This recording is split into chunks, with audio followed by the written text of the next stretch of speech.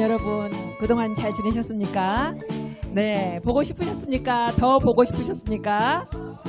그렇죠. 저도 여러분들 너무 보고 싶었습니다. 고대 이집트 사람들은 우리가 죽으면 두 가지 질문을 듣는다고 믿었대요. 여러분 다 영원히 살 수는 없죠. 그래서 두 가지 질문을 받게 되어 있는데 그 첫 번째 질문이 뭐냐면은 너는 신이 너에게 부여해준 생명을 기쁨으로 살다 왔느냐, 기쁘게 삶을 살다 왔느냐. 그게 첫 번째 질문이에요. 그때 빛의 속도로 정말로 찰나와 같이 여러분들이 예스! 라는 대답을 하지 못하면 두 번째 질문은 받을 기회가 없어집니다. 자, 여러분은 여러분의 삶을 지금 기쁘게 살고 계신가요? 네, 역시 우리 봉당입니다. 네, 맞아요. 그래서 첫 번째 질문이 너는 신이 너에게 부여해준 생명을 기쁘게 살다 왔느냐.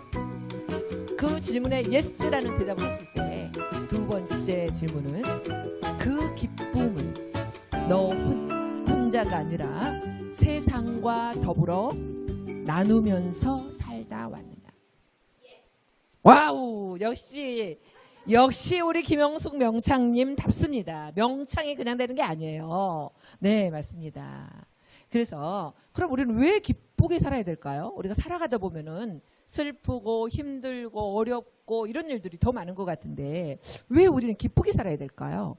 슬프게 살면 안 될까요? 네.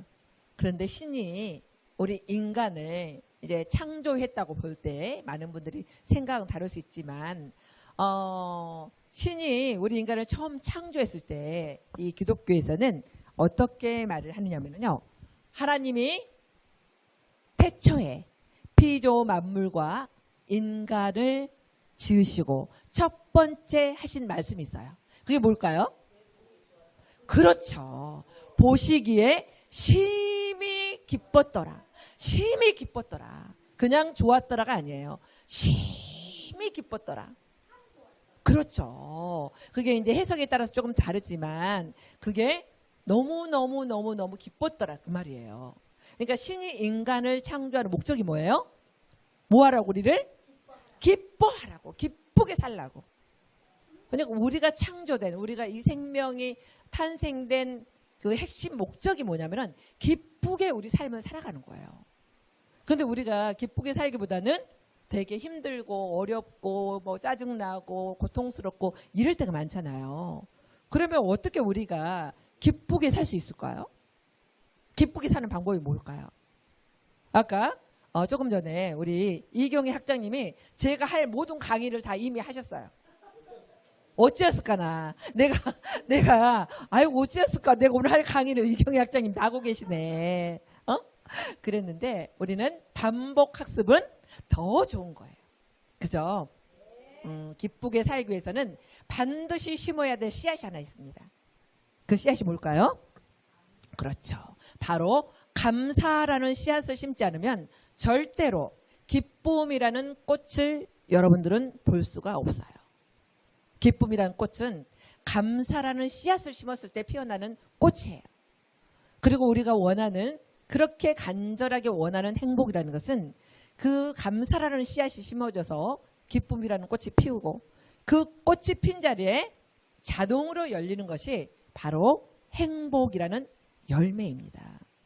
그 우리가 기본적인 삶의 내용들을 안다면은 우리가 인생에서 무엇을 심어야 돼요? 무엇을? 감사의 씨앗을 심는 거예요. 감사의 씨앗. 그래서 정말로 감사는 하면 할수록 정말 더 크게 확장되는 원리를 가지고 있잖아요. 그리고 그 안에는 말할 수 없는 기쁨의 환희들을 느끼게 됩니다. 감사의 씨앗을 심으면. 그러는데 우리가 감사하고 기쁘고 행복하기보다는 우리의 관계 속에서 고통스럽고 힘들고 어려운 사람들이 많죠. 그래서 오늘은 그러면 어떻게 하면 우리가 이렇게 조금 더 행복한 삶을 살 수 있을까, 그 주제를 가지고 한번 좀 이야기를 나눠볼까 합니다. 그러면 존 가트맨이라는 이 박사님이 약 50년에 걸쳐서 3,600상 이상의 실질적인 부부들이 대화하는 것을 3분간만 보면은 이 사람들이 종래에 같이 행복하게 살 것인지 아니면 이혼을 할 것인지를 몇 프로? 95% 정확도를 맞췄어요. 그 말은 뭘까요? 우리가 일반적으로 일상에서 쓰는 그들의 언어, 대화의 모습을 보면은 거기에 답이 있다라는 거예요. 부부마다 나는 우리 남편하고 너무 성격이 잘 맞아. 이런 사람 있나요? 그 사람은 완성된 사람이에요. 그런 사람은 이미 그 내면의 성숙도가 이미 아주 높은 수준에 가 있는 사람이에요. 사실상 성격이 맞다고 생각하는 사람은 없어요. 그러나 내가 맞춰가는 거죠. 그래서 우리 남편과 저는 참 잘 통해요. 이런 사람들은 굉장히 자기 내면의 훈련을 많이 하고 내적인 성숙이 매우 수준이 높은 분이에요. 우리 김영숙 명창님을 위해서 박수를 한번 크게 보내주세요. 네, 정말 우리 김영숙 명창님의 제가 그 창을 들으면서 참 대단하시다라고 생각했는데 오늘 처음 얼굴을 뵈니까 훨씬 얼굴이 젊으시고요. 깜짝 놀랐어요. 한복을 입어서 좀 연세가 더 있어 보였는데 너무 젊으시고 너무 예쁘시고 고와서 아주 제가 너무 깜짝 놀랐습니다. 못 알아봤어요. 그래서요. 네, 너무 성숙하시고 댓글도 이렇게 정성스럽게 다시는 거 보면서 참 이분은 성숙한 인격을 갖추셨구나라는 걸 제가 느꼈습니다. 사실은 제가 1박 2일간 지난 토요일 일요일 다문화 가정들 부부 워크숍을 다녀왔어요. 그리고 또 조금 전에는 또 다문화 이주 여성들 중에 가정폭력 피해로 보호를 받고 있는 여성들 교육을 3시간 하고 왔습니다. 그렇기 때문에 좀 목이 조금 지금 안 좋은 상태예요. 근데 제가 어제 그 상담을 하면서 또 교육을 하면서 뭐였냐면은 어느 분이 이런 얘기를 해요. 이제 부부 세미나 하면서 이 남편이 이제 저기 어디 강원도에 어디 사시는 분들인데 이 아내가 이제 일을 하고 밖에서 이제 밤 늦게 돌아오시는 거예요. 그러면은 밖에서 돌아오면은 굉장히 고생하고 돌아오는 거잖아요. 그것도 외국 아내가. 근데 집에 오기만 하면 성질을 낸다라는 거예요. 화를 내고 소리를 지른다는 거예요. 그럼 이 아내가 집에 오고 싶을까요? 오고 싶지 않을까요? 안 오고 싶죠. 안 들어오고 싶지. 남편이 일도 제대로 못하고 자기가 가장 역할을 하고 일하고 밤 늦게 피곤해 쩔어서 돌아오는데 오면은 위로하고 고맙다 하고 뭐 안아주고 이런다 해도 살기가 팍팍한데 그죠? 오면 막 신경기를 내고 왜 이렇게 늦었냐고 성질을 내고 막 그런다는 거예요. 그래가지고 너무 속상하다는 거예요. 계속 그랬다라는 거예요. 그래서 이제 제가 그 남편이 어제는 같이 왔잖아요. 부부 세미나니까 같이 와서 물어봤어요. 선생님, 아니 그런데 아내가 이렇게 일하고 오시는데 어떤 이유 때문에 그렇게 화를 내십니까? 왜 그렇게 큰 소리를 치세요? 라고 했더니 여러분 우리가 그 사람이 말하는 것을 다 믿으시면 안 돼요. 그 사람이 보이는 행동을 그대로 믿으시면 안 됩니다. 이분이 뭐라고 하냐면은 자기에게는 이 아내가 너무 소중한 사람이라는 거예요. 너무 중요한 내 인생이 중요한 사람이래요. 그런데 이 아내가 이렇게 밤도 늦고 막 깜깜해지고 막 되게 위험하잖아. 시골이라 이렇게 사람도 없고 그러는데 돌아와야 될 시간에 돌아오지 않으면 너무나 불안한 거예요. 우리 아내가 혹시 무슨 사고가 났을까, 무슨 일이 생겼을까 이것 때문에 너무 걱정이 된다라는 거예요. 그러니까 얼굴이 딱 마주치면은 집에 돌아오면 그 안심감과 더불어서 여보 고생했어 이 말이 나오기 전에 그 걱정했던 마음이 어떻게 나와요? 이 사람은 왜 이렇게 늦었어? 이러면서 막 성질내는 것처럼 표현하게 된다라는 거예요. 이 말을 이 아내는 20년 만에 처음 들은 거야. 이 남편이 나를 걱정했던 마음이 이렇게 표현이 됐다는 것을 거기 와서 처음 들었어요. 그러니까 어떻게 해요? 20년간 오해하고 산 거예요. 20년 동안 서로가 커뮤니케이션이 잘 안 되니까 이 남편은 여보 너무 고생했어. 수고했지. 어서 와. 내가 뭐 밥 해놨어. 이렇게 했으면 얼마나 아내가 사랑을 느꼈겠어요. 근데 그런 것을 표현할지 모르고 그저 아내에 대해서 걱정만 하고 이 아내가 무슨 일이 생기면 어떡하나 아내가 어디 뭐 문제가 생긴 건 아닐까 이렇게 자기 나름대로 사랑하는 방식대로 걱정만 하다 보니까 표현하는 법을 모르다 보니까 그저 화를 내는 방식으로 하는 거예요. 그러니까 이 아내는 항상 속상하고 이 남자하고 살아야 되나 말아야 되나 고민하게 되고 내가 정말 장래 이 사람과 살아가는 게 맞는가 이런 걱정을 많이 하게 된 거죠. 그래서 굉장히 스트레스를 많이 받고 있었던 거죠. 그런데 처음으로 20년 만에 남편이 왜 그랬는가의 그 이유를 사실은 나는 너무나 걱정이 되고 그런데 표현할 줄을 몰라가지고 그 긴장된 마음이 이렇게 표현되면은 화를 내는 것처럼 큰 소리를 쳤는데 안 하는 것을 화낸다고 받아들인 걸로 그렇게 커뮤니케이션을 하고 있는 거예요. 그러는 것처럼 우리는 올바른 소통법을 잘 모르면 계속 서로가 오해하는 거예요. 오해. 그래서 오늘은 우리가 커뮤니케이션은 여러 가지가 있지만은 그 중에서도 오늘 짧은 시간이기 때문에 대화에 대해서 잠깐 생각을 해보려고 그래요. 자, 여러분은 대화는 뭐라고 생각하십니까? 대화는 다 사람들이 다르죠. 정의가 다 다릅니다. 아유, 그렇군요. 네. 그 대화는 저는 호흡이다라고 말하고 싶어요. 호흡. 호흡이 어떻게 해요? 들숨만 있으면 되나요? 날숨이 있어야 돼요. 그래서 호흡이 들숨이 있으면 날숨이 있어야 되는데 그냥 내가 들숨과 날숨이 왔다 갔다 하지 않으면 우리가 죽게 된다라는 거예요. 결국은 대화도 소통을 내가 하면은 저기서 아라는 울림이 와야 되는데 아라고 했는데 전혀 다른 어떤 울림이 오면은 소통이 안 되는 거죠. 그렇기 때문에 대화는 일단 소통이다. 아니 대화는 일단 호흡이다. 이렇게 생각을 합니다. 그리고 또 대화는 뭘까? 다시 이제 또 대화는 뭘까? 대화는 호흡이다. 그래서 우리가 숨을 잘 쉬듯이 서로가 주고받음이 자연스러워야 된다. 이렇게 생각을 합니다. 대화라는 것은 결국은 선택이에요. 그래서 우리가 내가 말을 할 차례인가 지금이 아니면 내가 상대의 이야기를 들을 차례인가. 네, 우리 예쁘게 빨간색 옷을 입고 오신 우리 너무 이쁜 홍영순 강사님, 네, 멀리서 오셔가지고 너무 감사합니다. 많이 피곤하시죠, 이 시간이. 네, 그래서 대화는 선택인데 지금 내가 상대방의 말을 들어야 될 때인가 아니면 내 말을 잘 전달해야 될 때인가 이것을 선택하는 게 바로 대화입니다. 그런데 우리는 자극을 주면 모두 똑같은 반응이 나올까요? 서로 다 다를까요? 다 달라요. 예를 들면 여러분들이 24시간이 주어졌어요. 여러분에게. 그럼 24시간이 주어졌으면은 우리 선생님께서는 어떠실 것 같아요? 24시간이 나 혼자 4시간이 주어졌어. 그러면 어떤 생각이 들까요? 뭐 심심할 수도 있고 외로울 수도 있고 또 편안할 수도 있고 그렇죠. 그리고 뭐 친구를 만나러 가고 싶을 수도 있고 책을 보고 싶을 수도 있고 사람마다 굉장히 다 다르겠죠. 욕구가. 그런 것처럼 똑같이 24시간이라는 시간이 주어졌지만 사람마다 반응이 다르다는 거죠. 너무 편하다. 드디어 나한테 자유시간이 주어졌어. 애기 엄마들이나 뭐 이렇게 일이 많은 사람들은 그걸 자유롭고 편안하게 느낄 수도 있잖아요. 근데 늘 시간이 많은 사람들은 혼자 있는 것이 외로울 수도 있고 누군가가 그리울 수도 있잖아요. 이런 것처럼 객관적이라는 건 사실은 없다라는 거예요. 객관적이라는 것은 내가 어떻게 인식하느냐에 따라서 달라지는 것이지 그렇게 객관성이 딱 있다라고 말할 수가 없어요. 왜냐하면 모든 사람은 자극에 대해서 똑같이 반응하지 않게 되기 때문이에요. 네. 그러면 왜 우리가 도대체 대화가 어려울까? 대화가 중요하다고 하는데 대화가 왜 어려워요? 특히 가까운 관계에서. 그죠? 근데 첫 번째로는 제가 이렇게 상담을 하다 보면은 왜 대화가 어려울까 생각해 보면은 첫 번째 우리가 기대 때문에 그렇습니다. 기대.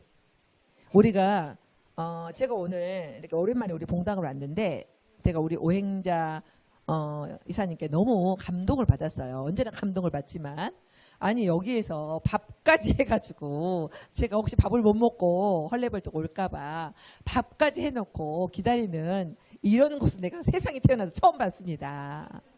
그래가지고 밥상까지 차려놓고 이렇게 강의 전에 혹시라도 굶고 강의할까봐 밥상까지 차려놓은 우리 봉당의 이 사랑을 보면서 너무너무 제가 감동을 받았어요. 근데 제가 만약에 기대를 가지고 우리 오행자 이사님이 오늘 아주 나를 식사를 잘 대접해 주겠지? 이렇게 했다 그러면 그걸 당연하게 생각할까요? 고맙게 생각할까요? 그렇죠. 거기는 당연함에는 감사가 없습니다. 그죠? 당연함에는 감사가 없어요. 그런데 저는 1%도 그런 생각을 안 했는데 선생님 어디세요? 라고 해가지고 식사는 하셨냐. 여기 식사가 좀 준비되어 있으니까 얼른 와서 조금이라도 드셔라 했을 때 제가 진짜 감동을 받았어요. 저라면 그렇게 못합니다. 그런 생각도 못해요. 그래서 이런 기대를 안 했을 때 누군가가 나에게 어떤 친절을 베푼다거나 뭔가 1%라도 뭐 물 한 잔을 준다거나 했을 때는 너무 우리가 감동하죠. 감사하죠. 그런데 내가 예를 들어서 우리 오영자 이사님하고 굉장히 친해가지고 내가 평소에 너무 잘했어. 근데 이 정도는 해주겠지? 라는 내 기대가 있었는데 그분이 그만큼 안 해줬어. 그럼 어때요?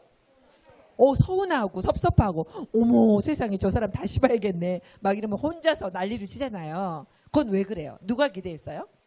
내가 상대에 대해서 기대한 거예요. 기대는 나하고 상대가 의논한 거예요. 내 멋대로 생각하는 거예요?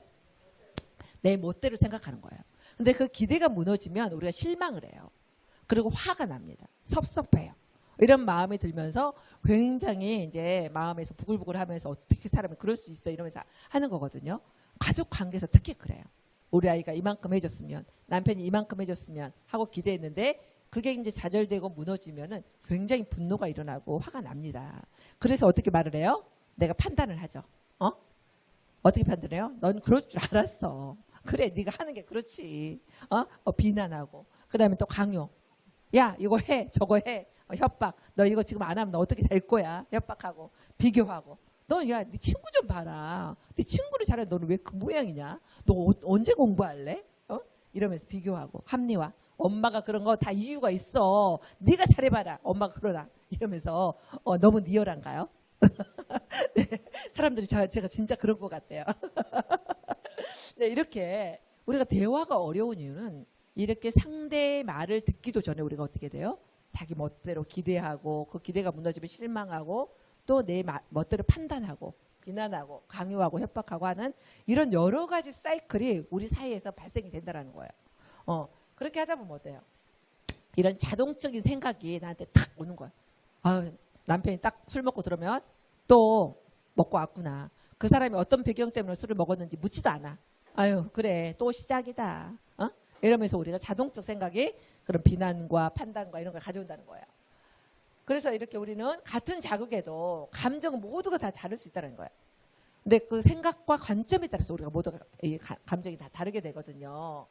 그런데 우리가 화가 났을 때는 어떠냐면은 그 사람이 말하는 표면적인 말에 속아 넘어가면 안 돼요. 예를 들면 아까 그 남편처럼 왜 이렇게 늦게 와? 이렇게 했을 때는 이 사람의 말은 굉장히 거칠고 나한테 상처 주는 말이었잖아요. 그런데 그 밑에 그 사람의 감정이 뭐였냐는 거예요. 그 남편의 감정은 뭐였을까요? 그렇죠. 바로 걱정하는 마음이었어요. 걱정하는 마음이었거든요. 그러면은 그 남편의 걱정하는 마음일 때 욕구가 어떤 욕구가 좌절되고 있을까요? 충족되지 않는 욕구는 뭘까요? 어떤 욕구가 충족되지 않고 있을까 지금? 아내가 돌아오지 않아서 안전하지 않을까봐 불안하고 뭔가 그런 것들이 지금 충족이 안 되고 있죠. 아내가 안전이 걱정되는 그런 부분들이 지금 충족이 안 되고 있는 거예요. 그래서 우리가 이 사람이 어떤 말을 하면은 그 표면적인 말을 속아넘은 것이 아니라 그 사람의 감정이 뭐였을까? 그리고 그 사람 감정 밑에 욕구, 그리고 그 욕구 밑에는 그 사람의 가치가 있어요. 가치관. 이런 것들이 복잡하게 이렇게 들어가 있는 거예요. 그래서 제가 그 아내에게는 뭐라고 했냐면은 그 남편에게 이야기를 들으면서 지금 이 남편의 이야기를 들으니까 어떤 느낌이 드세요? 남편이 나는 늘 화가 나서 나한테 화를 낸다라고 나는 20년간 생각을 했는데 이 남편의 이야기를 들으니까 지금 어떤 느낌이 드세요? 하니까 이 아내가 처음으로 어때? 남편이 나를 걱정한다는 거 처음으로 알았다라는 거예요. 그러면은 남편이 감정은 뭐예요? 나에 대한 걱정인 거죠. 걱정. 그걸 처음 이해가 됐잖아요. 그리고 그 걱정 밑에 더 들어가 뭐가 있어요? 내 안전에 대해서. 내 안전에 대해서 염려하는 그 남편의 그런 마음이 이제 들어있다라는 거예요. 그래서 이런 것들이 우리가 사이클이 이렇게 되어 있기 때문에 우리가 이제 얘기를 들을 때는 항상 조심해야 되는 게 뭐냐면은 대화할 때는 이 사람의 어떤 역할로 보면 안 된다는 거야. 뭘로 봐야 돼? 존재로서. 그래서 내가 이 남편을 얘기를 들을 때도 처음 사람의 얘기를 듣는 것 같은 자세로 그 사람의 존재로서 봐야 돼요. 아이들하고도 마찬가지예요. 아이 얘기를 들었을 때 엄마 이렇게 얘기하면은 엄마들은 이 녀석이 또 용돈 달라는 소리구만. 용돈 또 어디 놀다 오겠다는 소리구만 하고 과거에 이 아이가 했던 경험을 바탕으로 해서 엄마가 판단을 내리는 경우가 많아요. 그런데 그렇게 하다 보니까 항상 내가 너 또 그러려고 그러지. 이런 식으로 해서 판단해서 말하거나 비난하거나 협박하거나 비교하거나 이런 현상들이 오기 때문에 커뮤니케이션이 막혀버리는 결과를 가져오는 게 되는 거예요. 그러니까 우리가 항상 대화를 할 때는 이렇게 그 사람의 역할이 아들이란 역할, 남편이란 역할이 아니라 뭐로 보라고? 존재로 봐라. 그리고 존재를 보면서 잘 들어야만이 그 사람에 대해서 감정을 캐치할 수가 있어요. 감정을. 그래서 그 아내에게도 이렇게 말을 하라고 했어요. 제가. 남편이 왜 이렇게 늦었어? 이렇게 말하면 아 내가 지금 뭐 일하고 왔지 뭐 놀고 왔어요? 이렇게 말하면 서로 싸움이 되잖아요. 그래서 어떻게 하냐면 그렇게 보고 싶었어요. 이렇게 말하라 했어. 그렇게 기다렸어요. 내가 그렇게 보고 싶었어요. 이렇게 말하면 남편이 어떻게 될까요? 화가 날까요? 굉장히 마음이 이렇게 안정이 되면서 빨리빨리 다녀야지 이렇게 늦게 다니면 어떡해 이렇게 말하지만은 그럴 때 내가 남편의 화내는 거기에 반응하지 않고 그냥 그 남편의 감정을 읽어줘서 그 걱정하는 감정을 읽어줘서 내가 늦어서 당신 걱정했어요. 또 그렇게 보고 싶었어요. 이렇게 좀 유머스럽게 얘기를 하면은 상대가 마음이 그렇게 싹 이렇게 감정이 안정이 되게 되거든요. 그렇기 때문에 우리가 항상 대화할 때는 그 사람의 말에 속아서 그대로 받아치지 말라라는 거야. 그 상대방의 감정을 읽어주라는 감정을. 그게 바로 이제 공감이라는 거죠. 아까 우리 이경혜 학장님 말씀하신 것처럼. 그래서 이제 이 대화에서는 사실은 딱 두 가지만 있다고 여러분들이 간단하게 생각하시면 돼요. 상대방이 이야기할 때 그 사람의 말이 요청인가 아니면 그 사람의 말이 감사하다는 뜻인가. 그러면 아까 다시 돌아가서 그 남편을 다시 한번 돌아가 봅시다. 그 사람이 당신 왜 이렇게 늦었어? 이렇게 늦게 들어오면 어떡해? 이렇게 했을 때 이 사람의 말이 감사인가요? 요청인가요? 그렇죠. 어떤 요청? 그렇죠. 바로 여기가 우리가 이게 그 대화의 핵심이 여기 있는 거예요. 그러니까 겉으로는 그 사람이 굉장히 화를 내면서 말하는 것 같지만 실질적으로 이 사람은 요청하는 거예요. 난 당신이 좀 일찍 들어왔으면 좋겠어. 당신이 안전하게 빨리 들어왔으면 좋겠어라는 그 사람의 요청이 들어있는 거예요. 그런데 그거를 우리가 그냥 표면에서 그것을 딱 받아들이기 때문에 항상 서로가 만나지 못하는 거예요. 그 마음이. 예. 그래서 이 사람이 요청을 할 때는 어떻게 해야 돼요? 아, 당신이 기다렸구나. 당신이 걱정했구나. 내가 늦어서 당신 많이 걱정했어요. 이렇게 해줬을 때 소통이 된다는 얘기예요. 무슨 말인지 알겠죠? 그게 바로 공감이에요. 그게 바로 공감. 그리고 또 이제 여러분들이 들어서 가장 아팠던 말이 혹시 있었나요? 우리 오행자 이사님은?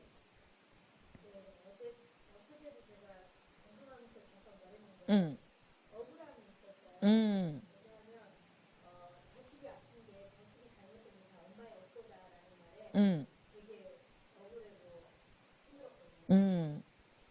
아유, 그랬군요. 진짜 억울했겠네요. 그건 말도 안 되는 소리예요. 그죠? 정말 말도 안 되는 소리, 그죠? 그런 사람들이 생각 없이 말하는 게 참 사람을 아프게 하는 그런 경우들이 있어요. 그랬을 때 우리가 내가 상처받지 않고 말을 하려면 어떻게 할까요? 그 사람이 그렇게 생각 없이 말하는 경우가 있잖아요. 자기들이. 그랬을 때 내가 그걸 그대로 받았을 때 내가 굉장히 아파요. 근데 아프지 않고 내가 나를 방어할 수 있는 방법이 있거든요. 어떻게 하면 내가 아프지 않고 그 말을 방어할 수 있을까요?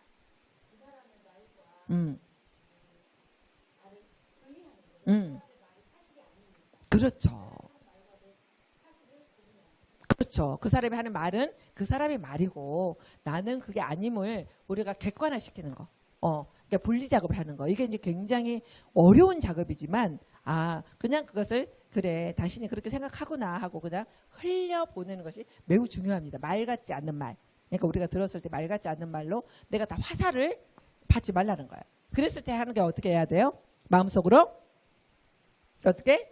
손을 들고 반사! 이렇게 반사라는 거예요. 반사. 왜냐하면은 그 사람은 말을 내가 다 들어야 될 이유가 없어요. 그 사람이 쏘는 화살을 내가 다 가슴에 맞아야 될 이유가 없어요. 그럴 때는 어떻게 해요? 아무 말 하지 말고 반사! 하고 싹 웃으면서 반사! 너 가져! 이렇게 되돌려 버려버려야 돼요. 아시겠죠? 그래서 우리가 그런 말들은 되돌려 보내라. 내가 받아야 될 이유가 없다. 그리고 내가 이제 후회되거나 괴로웠던 일들, 또 그 이유가 무엇인가. 우리가 또 엄마 아빠들한테 어때요? 막 말을 함부로 할 때가 있잖아요. 여기 이제 부모님들한테 엄마가 뭐 하면, 엄마 뭐 그런 걸 뭐하러 보내? 엄마 용돈 쓰라고 들으니까 왜 쓸데없이 그걸 또 보내? 나 돈 있다니까? 막 이러면서 막 우리가 신경질 내고 그럴 때 있잖아요. 그럼 엄마가 우리가 뭐, 너도 돈 없는데 엄마가 좀 보냈다. 이렇게 하면은 우리가 엄마 감사해요. 잘 쓸게요. 이런 것보다는 내가 더 해드리지 못한 미안함 때문에 어때요? 막 더 신경질 내잖아. 엄마 이렇게 쓸데없는 짓을 하고 그래. 노인네가 진짜. 아니 엄마 좀 보내드리면 그냥 써. 좀 저거 좀 떨지 말고 이러면서 막 신경질 내잖아. 근데 그러고 나서 어때요 우리가? 굉장히 마음 아프고 미안하고 후회하고 그럴 때가 많잖아요. 그것은 엄마에 대해서 내가 감사한 마음이에요. 감사한 마음을 제대로 표현하지 못한 거예요. 내가 엄마한테 요청한 거예요. 이 두 가지를 보면 그죠? 엄마 너무 감사해요. 엄마 그러지 않으셔도 괜찮아요. 저 충분해요. 라고 그렇게 하면 좋은데 우리가 이 커뮤니케이션을 잘 못하다 보니까 신경기를 내면서 엄마한테 상처를 드리는 그런 경우들이 있잖아요. 그런 경우들이 우리가 있다라는 거예요. 인생에서. 맞아요. 그런데 이제 우리가 그랬을 때는 그럼 어떻게 할 것인가? 자식에게든 남편에게든 부모에게든 주변 사람에게든 내가 잘못했다는 걸 인지했을 때는 어떻게 할 것인가? 그래서 어떻게 해야 돼요? 잘못을 인정해 주는 거예요. 인정해 주는 거예요. 그러니까 어제도 부부 세미나 하면서 계속 그 부부들이 많은 갈등들이 있잖아요. 그래서 뭐 한이 많이 맺힌 사람들이 많죠. 그렇지만은 그 부부들이 같이 와서 정말 진심으로 그 아내가 한이 맺혔던 그 부분에 대해서 인정을 하고 남편들이 사과를 하니까 어때요? 그 20년간에 30년 가까이 그 맺혔던 한들이 풀리면서 눈물이 쏟아지는 거예요. 왜냐하면은 그 잘못을 그 남편도 알았지만은 그것을 어떻게 사과해야 되는지 모르는 거예요. 그러니까 그냥 놔둬버리고 또 흘러가고 하다 보니까 아내들이 이제 점점 이렇게 한이 쌓여가지고 더 이상 말도 하기 싫어지는 이런 이제 현상이 오게 되거든요. 그런데 그 부분에 대해서 사과하는 방법을 몰랐기 때문에 이렇게 돼버린 거예요. 근데 그때 사과를 이렇게 하게 되니까 그 아내들도 남편들도 뜨거운 눈물을 흘리면서 정말로 그 한이 풀리는 그런 이제 아주 감동스러운 일들이 많이 있었습니다. 그래서 이제 문제는 뭐냐면 우리는 어떤 자극이 상대가 나에게 말하는 어떤 내 자극이 오면은 우리가 반응이 오게 되는데 이 자극과 반응 사이는 우리 마음 안에 공간이 있어요. 공간. 그게 바로 선택의 공간이거든요. 그랬을 때 내가 어떻게 반응할 것인가는 내가 이제 선택하는 거예요. 근데 그 선택의 공간이 넓을수록 내가 유연하게 대처를 할 수가 있어요. 그러니까 누군가가 너는 뭐 애가 왜 그러냐? 이렇게 말을 하면은 뭐 그것에 대해서 너 뭐가 잘났는데? 이렇게 할 수도 있고 내가 어떤 부분이 좀 그랬어 라고 내가 그냥 여유롭게 받아줄 수도 있죠. 그렇게 하는데 그 마음의 공간이 선택의 공간이 넓은 사람들은 상대가 어떤 말을 해도 내가 팍 이렇게 쳐서 반응을 하는 게 아니라 그냥 예스로 그래 넌 그렇게 생각이 들었어? 그냥 그렇게 하고 그럴 수도 있지 그래 그럴 수도 있겠네 이렇게 그냥 받아버리고 반사하고 보내버리는 거예요. 그럼 내가 상처를 받지 않아요. 근데 그것을 내가 탁 가슴에 꽂혀버렸을 때는 내가 아프게 되는 거죠. 그래서 내가 아프지 않기 위해서는 어떻게 해야 된다? 내 마음의 공간을 넓히는 것이 매우 중요하다. 여러분들은 주인으로 잘 살고 계신가요? 네, 우리 봉당의 우리 멤버들은 정말 다 주인으로 삽니다. 주인과 노예는 어떤 차이가 있을까요? 주인은 그러죠. 주도하고 내가 원할 때 원하는 것을 할 수 있는 자유가 있는 사람이죠. 그런데 대부분은 우리가 관계에서 노예로 사는 경우가 많아요. 본인은 인지를 못하고 있지만 많은 사람들이 관계에서 노예로 삽니다. 노예로 산다는 건 뭐냐면은 감정적으로 그 사람과 얽혀있는 상태를 말하는 거예요. 그 사람의 영향을 받고 있는. 그러면 나는 그 사람 노예로 사는 거예요. 나는 모르고 있지만 그 사람만 보면 신경질 나고 화가 나고 짜증나고 만나고 싶지 않고 외면하고 싶고 이런 마음이 든다. 그러면은 그 사람이 나에게 힘을 행사하도록 내가 허용하고 있는 거예요. 그렇기 때문에 내가 이런 감정에 얽혀 있으면 나는 나도 모르게 내가 미워하거나 속상해하거나 화를 내는 그 대상에게 그 대상의 노예로 내가 살고 있는 거예요. 이 중요한 사실을 우리가 알아야 돼요. 근데 우리는 이 사실을 잘 모르고 막 그 사람 꼴배기 싫어 배기 싫어 이렇게 말을 하잖아요. 근데 그런 마음이 내 안에 갇혀 있으면은 항상 나는 그 사람이 내 삶을 주도할 수 있도록 그걸 허용하고 있는 거예요. 그렇기 때문에 여러분들이 항상 삶의 노예로 살지 말고 주인으로 살아라. 그 말은 나에게 어떤 화살을 던지더라도 그 사람에게 여러분들이 미운 마음으로 감정적으로 이렇게 얽혀서 내 에너지를 낭비하지 말라라는 거예요. 그래서 그걸 풀어주라는 거예요. 풀어줘. 그냥 그래. 네 생각에는 그럴 수도 있겠다. 입장에서는 그럴 수도 있겠다. 그래. 네 입장에서는 그렇게 생각할 수도 있겠네. 이렇게 생각해서 그냥 그것을 풀어주라는 거예요. 그렇지 않으면 내가 그 사람의 노예로 계속 살게 되는 거예요. 그래서 이제 가장 빠르게 우리가 나를 화가 났을 때 다스리는 방법이 뭐예요? 가장 화가 났을 때 빨리 다스리는 방법은 사실은 심호흡이에요. 심호흡. 그죠? 심호흡을 해서 깊이 숨을 들여 마시고 깊이 내뱉는, 여기는 이제 우리 프로들만 계시니까 연습해보지 않아도 그런 그 심호흡을 깊이 들여 마시고 내뱉는 그런 것만 가지고도 우리가 빨리 나를 회복할 수가 있습니다. 그리고 또 하나는 여러분들이 속상해 있을 때는 이렇게 볼펜이나 아니면 이런 나무젓가락 같은 것들을 이렇게 이로 이렇게 물고 싹 웃는 거예요. 싹 웃어보는 거예요. 눈가를. 근데 거울을 보면서, 그렇죠? 그렇게 우리 오행자 교육본부장님처럼 거울을 보면서 이렇게 속상할 때는 거울을 보면은 마음이 빨리 안정되는 효과가 있어요. 화가 날 때 내 거울을 보면은, 내가 가서 거울을 보면은 마음이 빨리 안정되는 효과가 있기 때문에 이렇게 그 젓가락 같은 거, 나무 젓가락 같은 것을 입에 물고 싹 웃으면서 내가 내 얼굴을 한번 바라봐요. 그러면 굉장히 빠르게 내 마음에 안정을 되찾게 됩니다. 그러니까 하나는 뭐예요? 심호흡을 한 5번에서 6번 정도 하는 거. 그럼 빨리 내 뇌가 안정을 찾습니다. 두 번째로는 젓가락을 입에 물고 눈을 싹 웃으면서 거울을 보고 자신을 한번 바라봐라. 그러면 빨리 여러분들이 자기의 안정을 찾을 수가 있습니다. 그래서 이제 좋은 관계를 만들려면 이제 이렇게 두 가지 중요한 힘이 필요해요. 하나는 공감력, 하나는 존중력이에요. 존중력. 그죠? 그래서 공감이라는 거 뭐예요? 다른 사람의 심리나 그런 감정 상태를 잘 읽어낼 수 있는 능력을 말하죠. 그죠? 어떻게 우리가 감정 상태를 잘 읽어낼 수 있을까요? 그래서 우리가 그 공감을 할 수 있다는 건 뭐냐면은 상대방 덕분에 내 마음을 이해할 수 있어요. 상대방 덕분에. 내가 그 사람에게 당신은 나에 대해 걱정을 했구나. 당신이 내가 걱정돼서 그것을 잘 표현하지 못해서 당신이 화를 냈었구나. 이렇게 해서 내가 그 사람을 공감해주면 어때요? 그 사람도 이해가 되지만 나도 내 자신의 감정을 이해하게 돼요. 그래서 공감이라는 것은 꼭 상대를 위해서 해주는 게 아니에요. 사실은 나를 위해서 해주는 거거든요.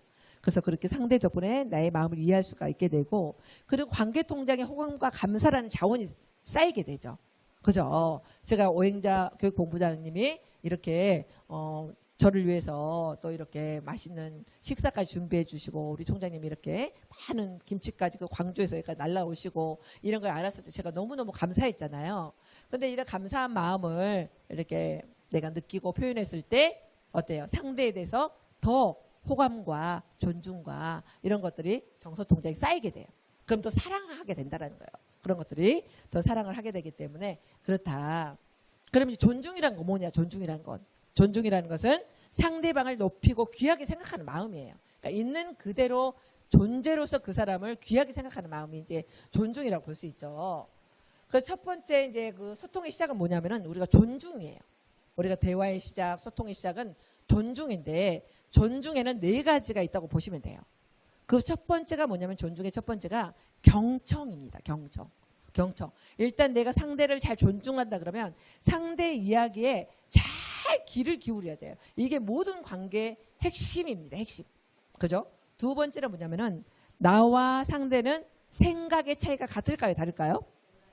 전혀 달라요. 그렇기 때문에 상대와 내가 다르다는 것을 생각의 차이를 인정해 주는 게 두 번째 존중이에요.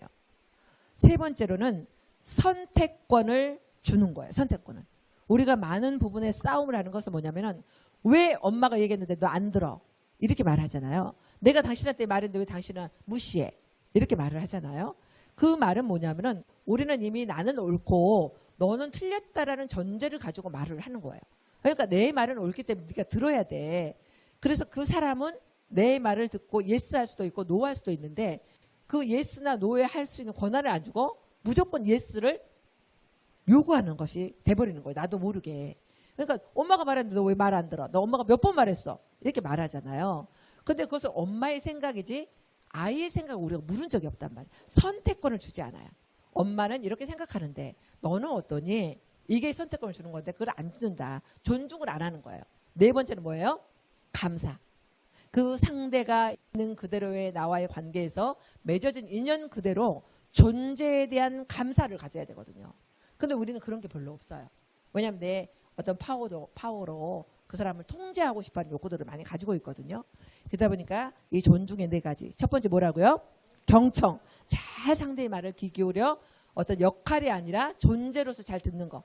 첫 번째. 두 번째로는 생각의 차이를 인정해 주는 거. 세 번째로는 선택권을 상대에게 주는 거. 네 번째로는 상대의 존재에 들어서 나와의 인연에 대한 그 존재에 대해서 감사하는 거. 이게 너무너무 중요합니다.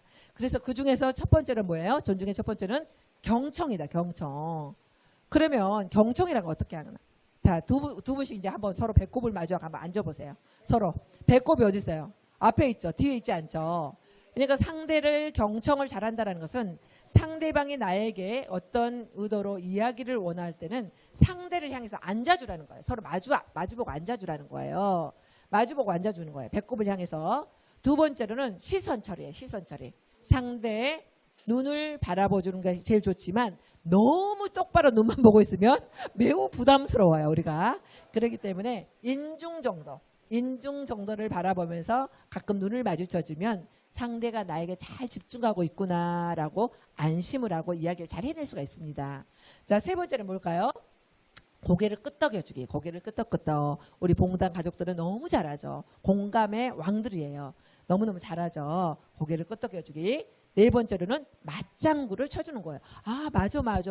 그렇지. 네 말이 맞아. 네 말이 맞아. 아까 우리 계속했잖아요. 네 말이 맞아. 당신 덕분에 네 말이 맞아. 이게 바로 경청의 아주 간단한 프로세스거든요.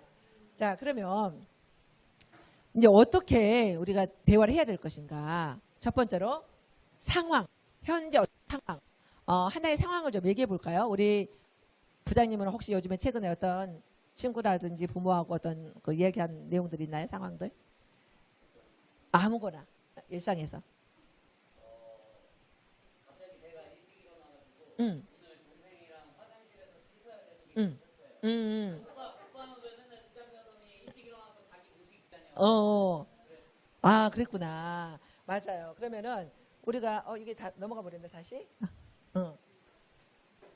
이제 그 상황이 뭐예요? 내가 좀 늦잠 잔 거죠. 늦잠 자가지고 어떤 화장실이 같이 겹치는 상황이 됐어. 화장실이 겹치는 상황에 동생이 좀 짜증을 냈어요. 그죠? 나도 짜증내고. 왜 너는 지금 나왔어? 막 이러면서 오빠 지금 나가야 되는데 너 이따가 있어. 막 이러면서 같이 맞아. 이게 일상에서 매우 자연스러운 우리 이제 대화잖아요. 그래서 이제 상황이란 뭐예요? 지금 늦게 일어나서 서로가 화장실에서 부딪히는 이런 상황이 됐잖아요. 그래서 동생이 어떤 오빠한테 오빠는 왜 지금 나왔어? 나 씻고 나가야 되는데 막 이렇게 했단 말이에요. 그랬을 때 우리가 이제 좀 그 커뮤니케이션을 잘 할 수 있는 연습해 본다면 그 상황을 얘기하는 거야. 오빠는 네가 오빠가 지금 일찍 나가야 되는데 네가 지금 오빠한테 좀 짜증을 내니까 오빠가 어떤 느낌이 들어요? 느낌? 이제 이 상황이 너와 내가 부딪히는 상황이잖아요. 그 상황에 대해서 내 느낌이 어때요? 짜증나고 속상하고 어떤 느낌이었어요? 화가 나는 우리 부장님? 느낌이 그런 느낌이었죠. 그럼 내 욕구는 뭐예요? 욕구. 동생이 좀 양보해주고 내가 빨리 갈 수 있도록 지각하지 않도록 해주는 것이잖아요. 그럼 그것을 이제 부탁을 해야 되는 거거든요. 이게 모든 대화에서 이런 프로세스대로 하면은 별 무리가 없다는 거예요. 그러면 한번 해볼까요? 이제 대화는 내가 말할 때와 상대의 말을 들어줄 때 두 가지밖에 없어요. 두 가지밖에 없는데 이 상황에는 내가 말할 때죠. 그죠? 내가 이제 동생한테 말을 해야 된다 할 때는 누구야? 동생 이름이 뭐예요? 재은아, 오빠는 오빠가 오늘 좀 빨리 나가야 되는데 네가 지금 일어나가지고 오빠도 좀 짜증을 내니까 어떤 느낌이에요? 오빠도 좀 화가 나고 좀 짜증이 나. 어? 그럼 내 욕구. 오빠가 지금 지각을 하면 안 되기 때문에 네가 좀 양보를 해줬으면 좋겠는데 네 생각은 어때? 너 좀 양보해 줄 수 있어? 이렇게 말하면 어떨까요? 그러면 좀 부딪히긴 저러게. 물론 우리가 이렇게 하기가 쉽지는 않아. 연습이 안 됐기 때문에. 이 정도로 되려면 굉장한 연습이 필요해요, 사실은. 근데 이런 프로세스를 우리가 기억을 하고, 말이라는 게, 야! 네가 왜 지금 나와서 난리야? 나도 나가야 되는데. 오빠가 뭐냐? 이러면서 계속 싸우잖아요, 서로. 그렇게 되기 때문에 우리가 이런 어떤 상황이 벌어졌을 때는 항상 그 상황에 대한 내 느낌이 뭔가를 먼저 찾아야 돼요. 이 훈련을 여러분들 많이 해야 됩니다. 그리고 그 느낌에 대해서 내 욕구가 뭐가 좌절되고 있는지, 그 욕구를 상대에게 얘기를 하고 그것을 부탁을 해야 되는 거예요. 그러니까 네가 나중에 씻어가 아니고 그건 내 명령이죠. 그죠? 근데 네가 나중에 씻어! 오빠 먼저 해야 돼. 막 이렇게 하면서 싸우잖아요. 그런 게 아니라 오빠는 누구야 미안해. 사실 오빠가 오늘 좀 늦게 일어났는데 네가 좀 이렇게 오빠한테 짜증을 내니까 오빠도 좀 속상하다. 오빠도 좀 짜증이 날라고 그래. 근데 오빠가 오늘 지각하면 안 되니까 네가 조금만 양보해주면 오빠가 좋겠는데 오빠가 잠깐 먼저 좀 씻어도 될까? 이렇게 그냥 말하는 거예요. 그러면 알았어. 그럼 빨리 씻어. 막 이렇게 하더라도 빨리 끝난다는 거지 이게. 근데 그러지 않고 막 오빠가 먼저 해, 내가 먼저 해. 막 계속 싸우면 계속 이게 커져요. 그래서 이런 식으로 하면 좋습니다. 그러면 이제 우리가 서로 대화를 한번 해봅시다. 서로가 이제 어떤 상황을 한번 서로 얘기를 해서 우리 이경혜 학장님과 우리 여행제 교육본부장님이랑 한 가지 상황을 가지고 한번 좀 얘기를 해볼까요? 어떤 상황이 좀 있으셨어요?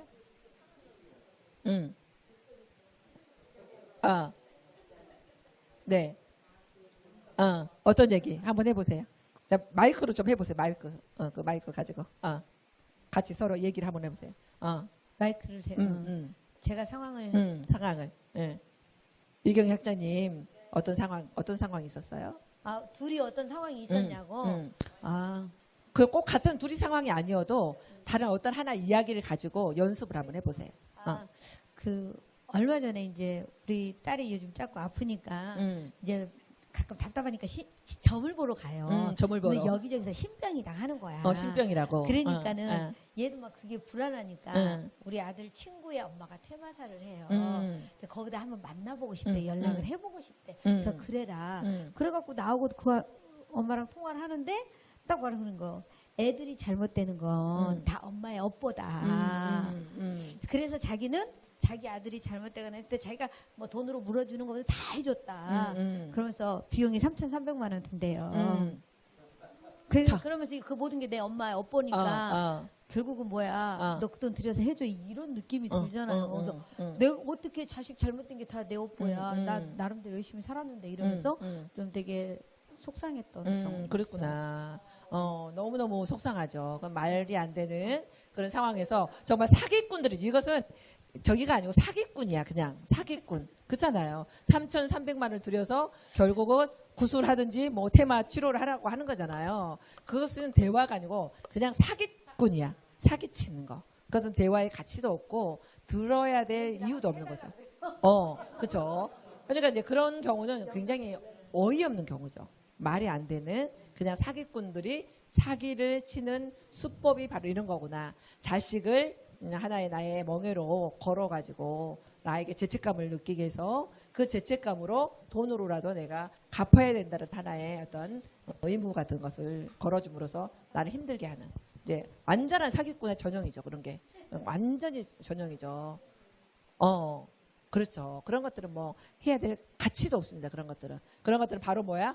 아이고 인간아.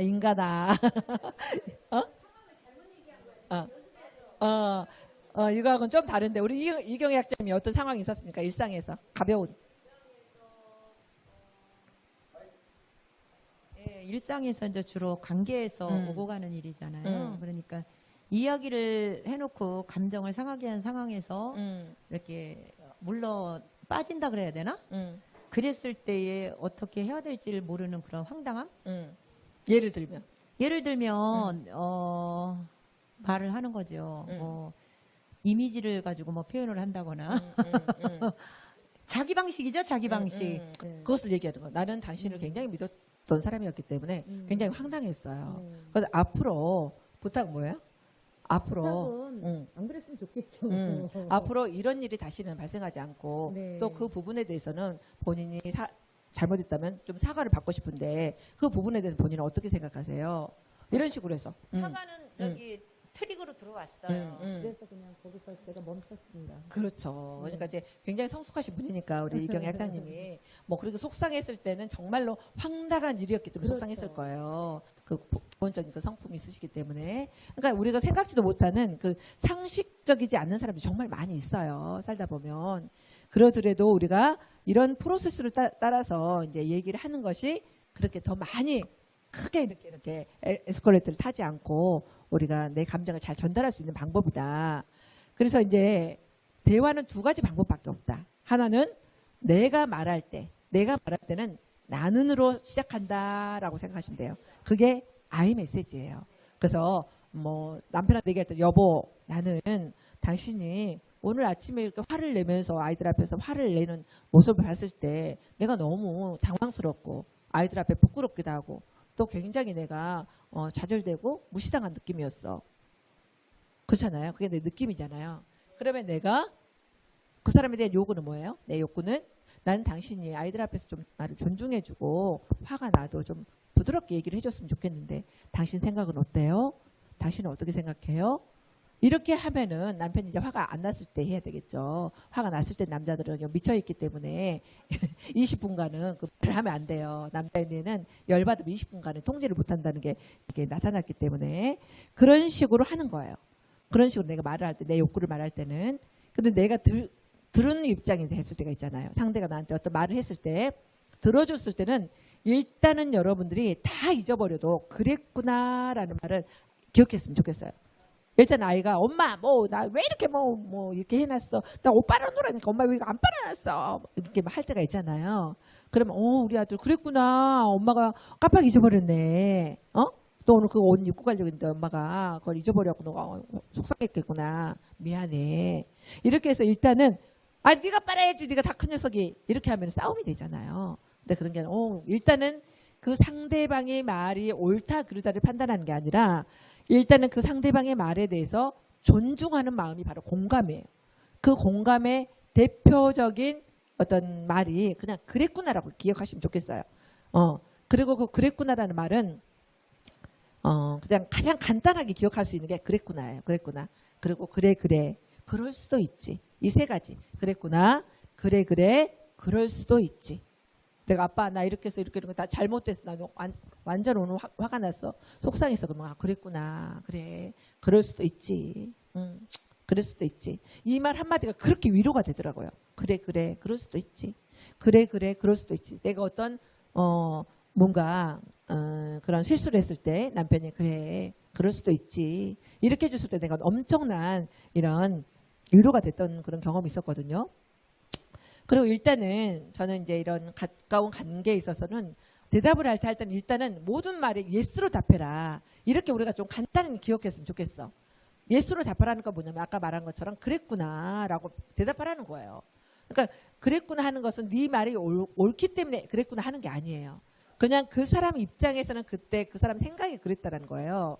그 사람의 감정이 그랬다라는 것을 존중해 주는 게 바로 그랬구나예요. 그래서 동생이 오빠는 왜 지금 나와서 난리야. 나 지금 씻고 나가야 되는데. 너 그랬구나. 너도 지금 나가려고 했구나. 그냥 일단은 그렇게 해주고. 그지? 그랬구나. 너도 지금 빨리 나가야 돼? 이렇게. 빨리 나가야 돼. 그랬구나. 아이고 미안해. 나 오빠가 좀 잠깐 늦잠을 잤거든. 근데 오빠가 좀 빨리 씻고 나가야 되는데 오빠가 좀 먼저 잠깐 씻고 먼저 빨리 씻고 나오면 안 될까? 이렇게 하면 어때? 동생이? 그럼 빨리 씻어. 나도 빨리 나가야 된단 말이야. 이렇게 하더라도 빨리 끝나죠. 그죠? 그랬구나. 그게 되게 중요한 거예요. 근데 그 그랬구나를 안 하고 바로 치고 들어가면은 우리가 접촉사고 나는 거하고 똑같아요. 그렇기 때문에 그랬구나는 이제 하나의 쿠션과 같아요. 관계의 쿠션. 일단은 상대가 어떤 말을 하면, 그랬구나. 남편이, 왜 이렇게 방이 이제 지저분해. 이렇게 집을 제대로 안 치워서, 여보 좀 지저분하지? 예스야, 그게. 좀 청소가 안 됐지. 그냥 인정하라는 거야. 그 사람의 말을, 그 사람의 감정이나 생각을 나한테 던졌을 때 팍 먼저 이렇게 치지 말고 한 번만 인정해 주라는 거야. 좀 다시 좀 지저분하지, 좀 청소가 아직 좀 안 돼서 좀 지저분하지. 그냥 예스로 받아주라는 거야. 그런 다음에 내가 말을 하라는 거야. 그래서 말을 할 때는 항상 그랬구나라고 한다고 생각하시면 되고, 제가 이제 우리 다문화 여성이 어느 날 전화가 왔어요. 선생님, 제가요, 선생님이요, 그랬구나 하라고 그랬더니 제가 우리 아들이요, 진짜 성격이 이상한데요. 6개월 동안 제가 그랬구나를 했거든요. 6개월 동안. 근데 아들이 하나도 바뀌지 않고요. 맨날 짜증만 내요. 왜 그러죠? 그러는 거예요. 왜 그랬을까요? 그랬구나를 분명히 했는데 아들은 왜 짜증을 냈을까요? 여기서 굉장히 중요한 게 있거든요. 그러니까 많은 엄마들이 그래요. 이제 이런 그 대화법 갔다 오면 인정해줘. 그랬구나. 이렇게 하라고 그러니까 엄마들이 그랬구나는 잘해. 근데 그 다음을 못해. 그러니까 말할 때마다 계속 그랬구나 그랬구나만 하는 거예요. 그러니까 애들이 첫 번째는 그랬구나 했을 때 그런가 보다 했는데 계속 그랬구나만 하고 있으니까, 특히 다문화 여성들이니까 잘 못하잖아요. 언어가 좀 서툴잖아요. 그러니까 애들이 뭐가 그랬구나 계속 짜증나게 그러면서 막 더 짜증낸다는 거예요. 근데 여기서 뭐냐면은 제일 중요한 게 네가 그때 그랬구나, 그런 마음이었구나. 그런 다음에는 반드시 해줘야 되는 게 질문이에요. 질문. 그러니까 대화는 공감과 질문의 반복이에요. 근데 계속 그랬구나 막 하시면은 완전 짜증나는 거예요, 애들이. 그러니까 우리 딸이 그래서 친구랑 싸웠다는 얘기구나. 그런다고 궁금한 게 있잖아요. 어떤 일 때문에 싸우게 됐니? 어떤 일 때문에 좀 다투게 됐어? 친한 친구인데. 이렇게 물어보면 그 사연이 나오잖아요, histori가. 그러면 또 다시 그런 일 때문에 그랬구나 해주고, 또 다시 질문을 쪼각쪼각 내서 그래요. 그때 뭐 어떤 다른 이유가 있었어? 이런 식으로 해서 조금씩 다시 질문을 해주라는 거예요. 그러니까 대화는 간단해요. 공감과 질문의 반복이다. 내가 말할 때는 나는으로 시작한다. 상대가 말할 때는 그랬구나도 대답한다. 이렇게 아주 심플하게 기억을 하셔야 돼. 그렇지 않고 막 복잡하게 하면 다 잊어버려요, 여러분들이. 그러니까 처음에 여러분들이 연습을 할 때는 상대가 말할 때, 상대가 속상해 있을 때는 상대가 어떤 말을 할 때는 그랬구나, 당신 마음이 그랬구나, 당신이 그래서 늦었구나. 일단은 내가 잘 모를 때는 질문하잖아요. 여보 왜 이렇게 늦었어? 오늘 왜 이렇게 늦게 왔어? 라고 하면 남편이 뭐 친구들 만나서 술 한잔 했어 라고. 그랬구나, 친구들 만났구나. 그런 다음에 내가 궁금하면 어떤 친구들 만났어요? 뭐 동창들 만났어요? 회사 친구들이었어요? 물어보라는 거야. 오늘 오랜만에 중학교 동창들 만나서 한잔씩 했어. 동창들 만났구나. 뭐 누구누구 내가 아는 친구도 왔었어요? 이런 식으로 그냥 질문을 하면 돼요. 근데 그 질문을 하지 않고 왜 이렇게 늦었어? 이렇게 하니까 시끄러 이렇게 하고 이제 싸우게 되는 거예요. 그러니까 질문하고 공감하고 질문하고 공감하고 이 반복이 대화다. 이렇게 심플하게 생각하시면 돼요. 아시겠죠? 그렇게 해서 모든 말을 예습 해보고, 공감은 또 하나는 복사다. 복사. 복사는 어때요? 이 면이 들어가면은 그대로 그 면이 나오게 되잖아요. 그런 것처럼 똑같은 페이지가 나오면 그 페이지가 나오지 다른 페이지가 나오는 게 아니잖아요. 그런 것처럼 그 사람이 말하는 걸 그대로 복사해 주라는 거예요. 특히 여자들은 남편들에게 굉장히 이런 서프라이즈 질문을 많이 하는 걸 좋아해요. 질문보다도 서프라이즈 하는 걸 좋아해. 그래서 남편들을 잘 놀래킵니다. 남자들이 굉장히 당황스러울 때가 많아요. 그래서 남편들이 이렇게 들어오면은 그러잖아요. 여보, 나 뭐 달라진 거 없어? 이렇게 물어볼 때가 많아요. 근데 자기가 말하면 되는데, 자기가 말하면 되는데 그냥 그걸 물어보는 거야. 그러면은 남편들은 알아요, 몰라요? 거의 대부분 몰라요. 뭐 여자들이 뭐 머리를 볶고 오든 뭐 물을 새로 다른 색깔을 들였든 잘 몰라요. 그러면 남자들 되게 당황스러워요. 뭐가? 이러면 여자들 또 실망하죠. 그랬을 때는 복사를 하는 거예요. 어떻게? 여보, 나 뭐 달라진 거 없어? 그러면은 그대로 복사. 어떻게? 뭐 달라진 거 같은데? 근데 사실은 나는 몰라. 그냥 달라진 것 같은데? 이렇게 물어봐. 그러면 여자들이 알아서 말합니다. 나 머리 했다? 이렇게 말하는 거예요. 머리 했구나. 그러면 또 말해.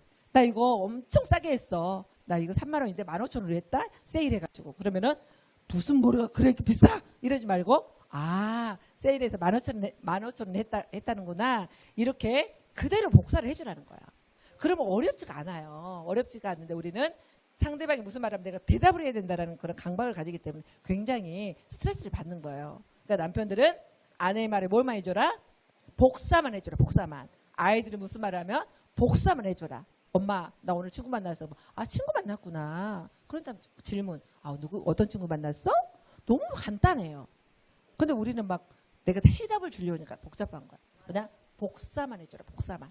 그랬구나. 복사해주고. 아셨죠? 삶의 주인으로 살고 그 감정을 오면은 내가 묶어놓지 말아라. 그 사람의 노예로 사는 것이다. 그래서 여러분들이 마음이 해방되기를 바라고요. 오늘은 여러 가지 중에서 무엇을 짧은 시간에 할까 해서 제일 많은 사람들이 대화법에 대해서 많이들 고민을 하기 때문에 짧은 시간에 중원, 부원 이렇게 대화법에 대해서 얘기를 잠깐 나눠봤습니다. 나중에 또 다시 기회가 되면은 그때는 뭐 부부의 성이나 다른 남녀 차이나 이런 걸 가지고 또 같이 이야기해 볼 기회가 있다면 그때는 또 그런 다른 주제를 가지고 한번 이야기를 나눠봅시다. 네, 여러분 어떻게 좀 도움이 되셨나요? 네, 빨리 끝내라는 얘기군요. 네, 여러분 오늘 너무너무 수고 많으셨고요. 우리 봉당 이렇게 새롭게 잘 이렇게 만들어져서 우리가 정말 이렇게 자리를 잡은 것 같아서 너무너무 감사하고 기쁘고 우리 총장님 그동안 얼마나 애쓰셨는지 우리 맹정 교육사님 비롯해서 우리 이모들 얼마나 애쓰셨는지 그게 다 오니까 느껴집니다. 여러분 더더욱 하나 돼서 우리가 무슨 학교? 문화를 혁신하는 학교. 그죠? 그죠. 문화를 혁신하는 우리 봉당이 돼서 이 대한민국의 문화를 바꿔가는 우리 봉당이 됩시다. 아자, 파이팅!